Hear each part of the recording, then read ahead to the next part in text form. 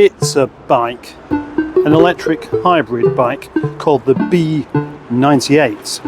I'm going to do a review on it, but more than that, this bike's here to stay because I did a swap for a car. I think it's quite a cute thing. It at first put me in mind of the 70s chopper with that bench seat there and the not the handlebars, come to think of it. No, because the chopper had these really impractical kind of handlebars that came up like that, like some sort of American chopper, that made it really uncomfortable to ride. Plus the Diddy front wheel, the pothole finder, it wasn't a nice bike to ride at all, the chopper. It was just one of those things that looked cool, if you thought it looked cool. And I didn't. It does look a bit like a desert bike. Not sure what the actual name for the desert bike is that I'm thinking of. But that's what it is. More of a motorbike kind of feel to it. A great big gap there where the engine would be, but instead we have a small electric motor. And the matte black and tan give it, also make it reminiscent ever so slightly of the American hot rods. At least it does to me. It's got LED headlamp, makes it look like a bit of a lonely robot. But again, it also has that slightly, and maybe I'm reading too much into this, which wouldn't be unusual, but it makes me think of a dystopian future. Yeah, it does, honestly. I'm not just making it up for something to say that you wouldn't expect. Just remember the Mad Max films. And could you imagine some of the people riding something like this? Because I could. First glance makes me think it's a bit too small. You know, the seat's not high enough up. If it was just a normal push bike, it'd be useless because you need the seat up here, like hip level, so you can get the power through your legs. But with this, of course, you don't need power through your legs because it has power through the motor. But how long will it last? Well, apparently about 25 miles and up to 40 miles. But surely you could eke a bit more out of it if you were really careful. And if you tried not to use the electric motor. But then it would kind of make it a bit pointless having it, wouldn't it? 25 hours to charge or thereabouts as well. I hope I'm going to like it.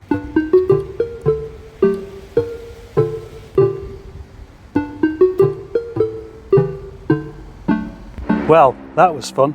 The bike has a maximum speed of 15 miles per hour, but I've just got it to 26 coming down there. Once you get to 15, it stops assisting you, so then you need to use your legs to make it go any faster, and I did. The only problem so far is because it's a bit motorbike in size and shape, getting through these restrictions is a little bit awkward.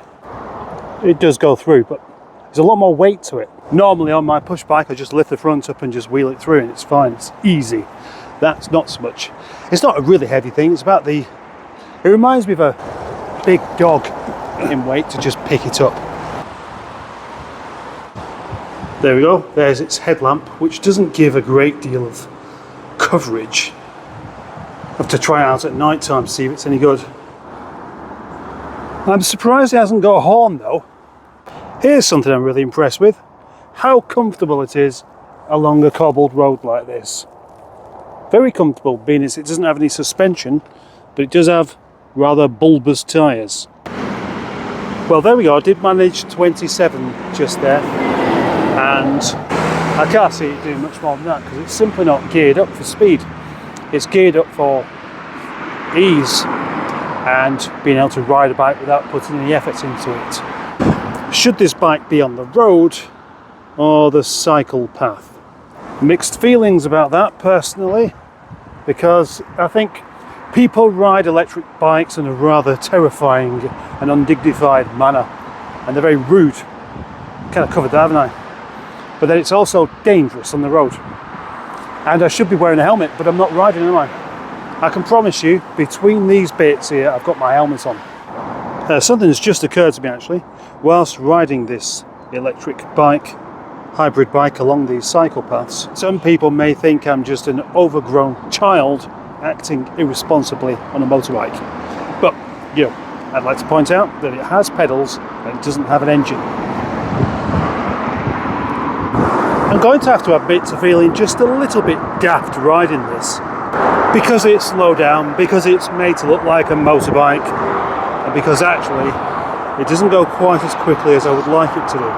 That said, I've done quite a distance in a short space of time without really using much muscle. Is that a good thing or a bad thing? I don't know.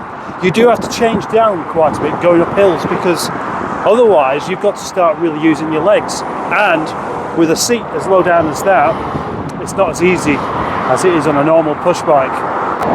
My retro Peugeot bike, for example, can give me a lot more speed going down hills because it's geared for higher speeds. And put this against a proper road bike, it's got no chance. There are a couple of other things that I do find a bit niggly as well, which I may as well tell you. Indicators, good idea? Yeah, good idea. The only thing is, of course, they don't self-cancel as you'd expect them to do. Well, would you expect them to do? I don't know. But with no audible click either, you can forget that you've got them on. And I did do, about 3 times so far.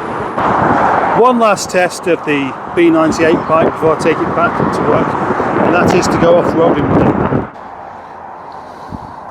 It's been a while since I've tried to ride up here. So this will give a nice test of its actual assistance and brakes. Ridden up here a couple of years back on my mountain bike, and I had to stop quite a few times because it's tough. It's not massively steep, it's not an actual mountain, but it is quite a steep, rutty hill. So let's get to the top. There we go. I've made it to the top. That is a really difficult path to do on a normal bike. And I've got up here only a bit out of breath and not stopped. So I'm quite impressed actually. And those wheels, without those wheels, this just wouldn't work. On your normal mountain bike wheels, they're just far too thin and too vulnerable for getting damaged. See, I forgot to switch it off.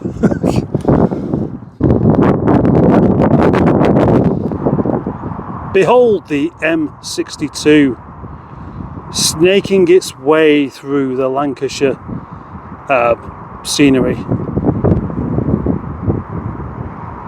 What a fantastic view that is. Now the trick is going to be to ride back down here without falling off. Doesn't sound that difficult, does it? It's got good brakes, very sharp.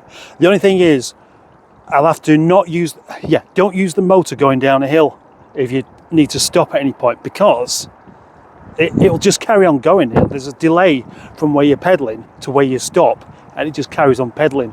And on this slippery stuff, that wouldn't be good. Well, there we go. I've made it back without falling off or without any injury. It has got just a bit on the dirty side, but that will clean up okay.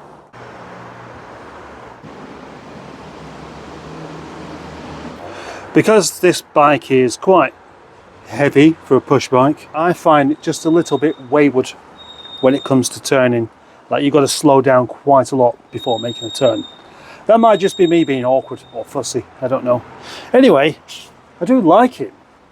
I like it a lot. I'm looking forward to going back out on it again at some point. But for the moment, I'm just going to tell you what it cost. Well, it cost me, or as in the people I work with, a car. Yeah, swapped it for a car. But if you want to buy one, it's about £1,700, maybe more, maybe less depending on where you're going, of course. I found one on Halfords, a brand new one, for £1,800. So I don't know, that's how much it is. Good bike, like it.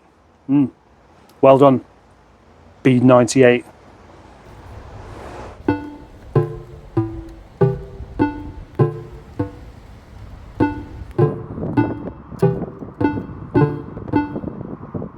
Oh, there's a green car there.